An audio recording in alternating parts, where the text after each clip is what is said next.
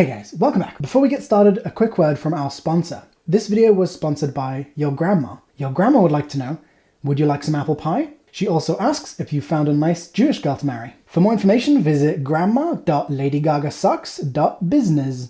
Okay, so all jokes aside, today we're taking a look at the GH06. This is the best head that I have ever used for something that an individual could buy without, taking a loan or selling the house. This is incredible. You guys may have seen my video a few years ago titled Almost the World's Best Fluid Head, and that was made by the same factory as this, but their main brand is E-Image and they're making some really nice stuff. Now, I've actually already sort of been recommending these for a while. I've used the GH03 and the GH06, and I really like them, but I haven't actually tested them fully until now, and actually haven't got the GH03 yet, which by the way is very affordable. But this one is at a sort of a medium price range. However, this is something that a professional who needs this for work could budget for, and it is absolutely worth every penny. It's fantastic. But as usual, I'm going to try and be as critical as I can about this, and obviously this is not a sponsored video. So let's take a look at the features, start at the bottom and work our way up. Now you can get this head separately or together with legs, and so here I've got the kit, which is the 761AT legs, and that comes with a case as well, a pretty nice case, which I'll show in the video about the legs. In this video I'm mostly going to talk about the head, but these legs, the aluminium ones, I think are a good choice because they cost less and they have the little flip locks, but they also have many other legs, which hopefully I'll try out in the future. So they have ones which are the more traditional ones with two poles per leg. So we'll look at that in the future. But the one criticism I have at the bottom here is that I don't love this triangle lock for the ball mount. It works fine. It's just not as easy to grip because it's plastic instead of rubberized. Whereas, for example, my Manfrotto one is very large and thick and gives me a full grip with my hand, like a big, and then that allows me to turn it really well and lock it really tight, as well as use it for adjustments more easily than something which is smaller to hold. This works fine. You just need to press it down a little more. It's just a bit more difficult to lock down tightly, which is a good idea to do to make sure that it doesn't slip out of position in the middle of shooting or something. But yeah, I mean, it works fine. It's just not my favorite one that I've used. Now this head has a 75mm bowl. This doesn't appear to have a removable screw for mounting this to a flat surface. So I would say maybe this is not the best head to mount to a slider. However, if you really wanted to, you just get an adapter. It's not a huge issue. The drag on this is adjustable from 0 to 3, so 4 steps, and at 0 you have absolutely zero drag. So this is great for whip pans or something like that, and also on the tilt. And so that will go completely loose, but the real magic happens when you set it to 3. And then you have this wonderful thick drag, which just isn't found on that many heads, because the more drag you have, the more this prevents unwanted motion from your hand from getting to the movement of the camera, and also just makes the movements so much smoother. If you take a Manfrotto head, you can crank the drag all the way up, all the way down, doesn't matter. It's not a real fluid head, and even some fluid heads don't perform that well. But with this, it works beautifully.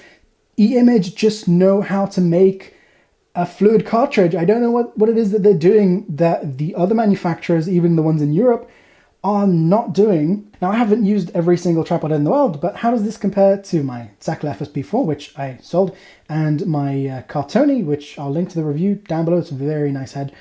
What I would say is it's just a touch better. It's just that little bit of extra smoothness, even though those other ones are very, very good. This one is just freaking phenomenal. Now I would say just stick to maximum drag. It is absolutely beautiful, but if you want to, you also have lower options which work beautifully as well. No problems. The only thing to watch out for is if you don't have it right on the click, if you have it a bit off, then you'll have like a loose area. Let me see if I can demonstrate that. Yeah, so you see that it's a bit loose. So you have to make sure that you get it right onto the click. And I actually like that they are marked as 1, 2, and 3, which work perfectly together. So I can just set this to 1 and this to 1, and then they both feel like they should work together, which is fantastic. I love that. Okay, so here I'm at times 10 zoom with a 35mm lens. So I think that should be about 350 millimeters, but I haven't been to math class in quite a while. Absolutely no sticking at the beginning or the end of the move, which is something Manfrottos can't even dream of having because they're not fluid heads. Which is why with a Manfrotto head, put a long lens on there, even wide lenses, and try and start it smoothly. Good luck with that. Hey, look, I'm not saying it's impossible, but I'm not going to rely on it for professional work. And in this test, what we want to see is that when we stop, it doesn't bounce back in the opposite direction that we went in. The fluid mechanism is working perfectly. It's beautiful. I love this. Here we've got a bubble level, and it's not illuminated, but it works totally fine. But of course, you can add your own little LED next to it if you really wanted to, or just carry a little pocket torch. I'll link down below to my recommendation of a really nice rechargeable one, which is also crazy bright. Over here we have a variable counterbalance. We have options from 0 to 5. When I go to 1, that's already at around 2 kilograms. So here my camera, which is a little over 1 kilogram with the lens, is a little too light and it sort of wants to bounce back a little bit.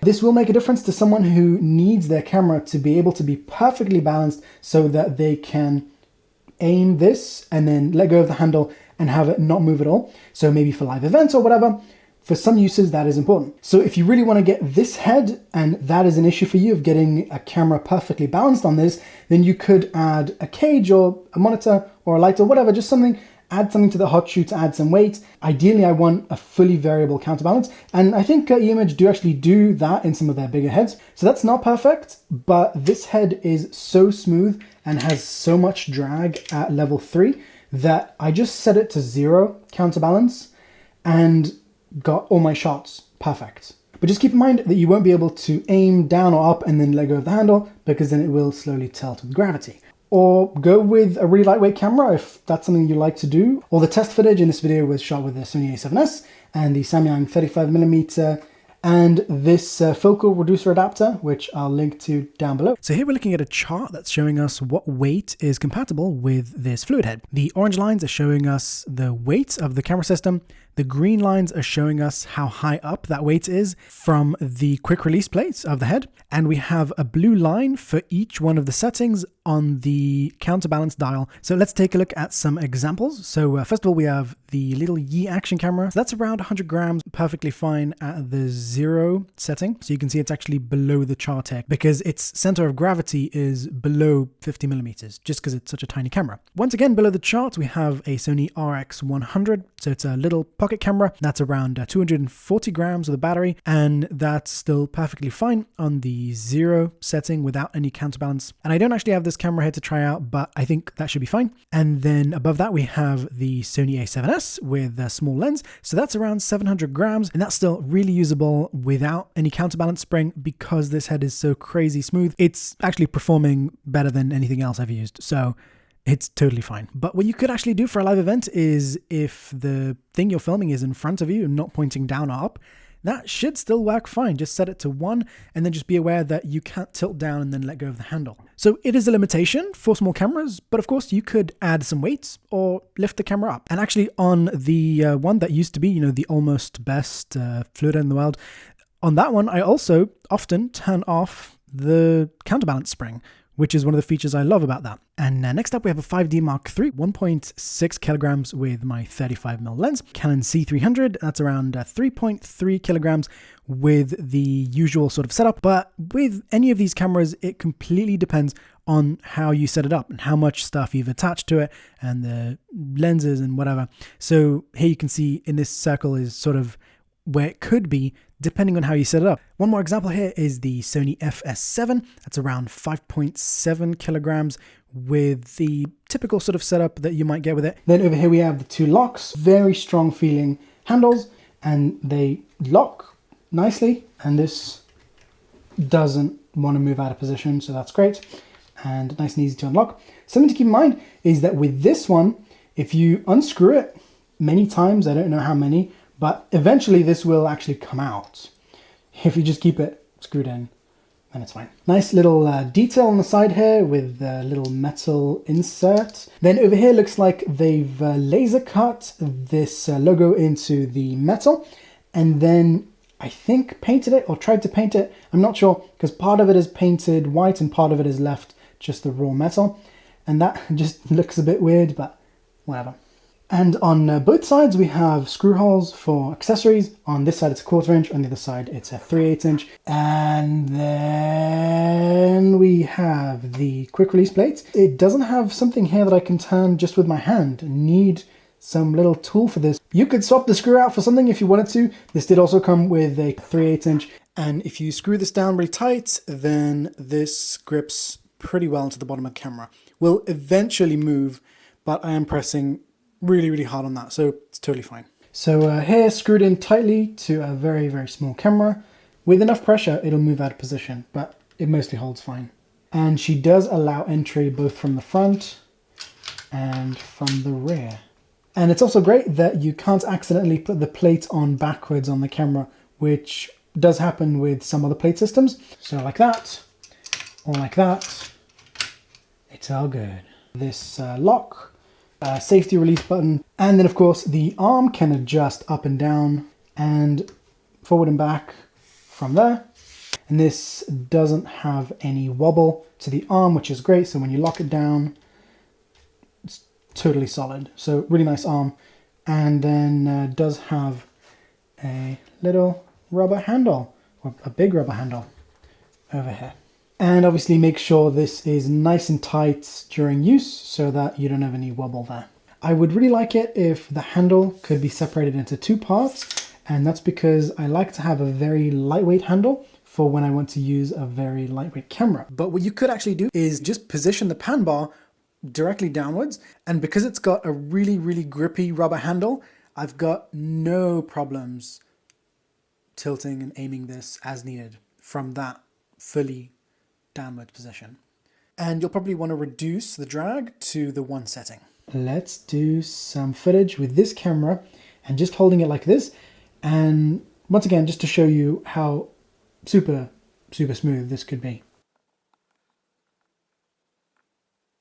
Alright guys, so thanks for watching. If you want to support this channel, then you can use my links down below to Amazon, eBay, or B&H, and then those companies give me a little bit of money when people purchase through that, so that's really appreciated.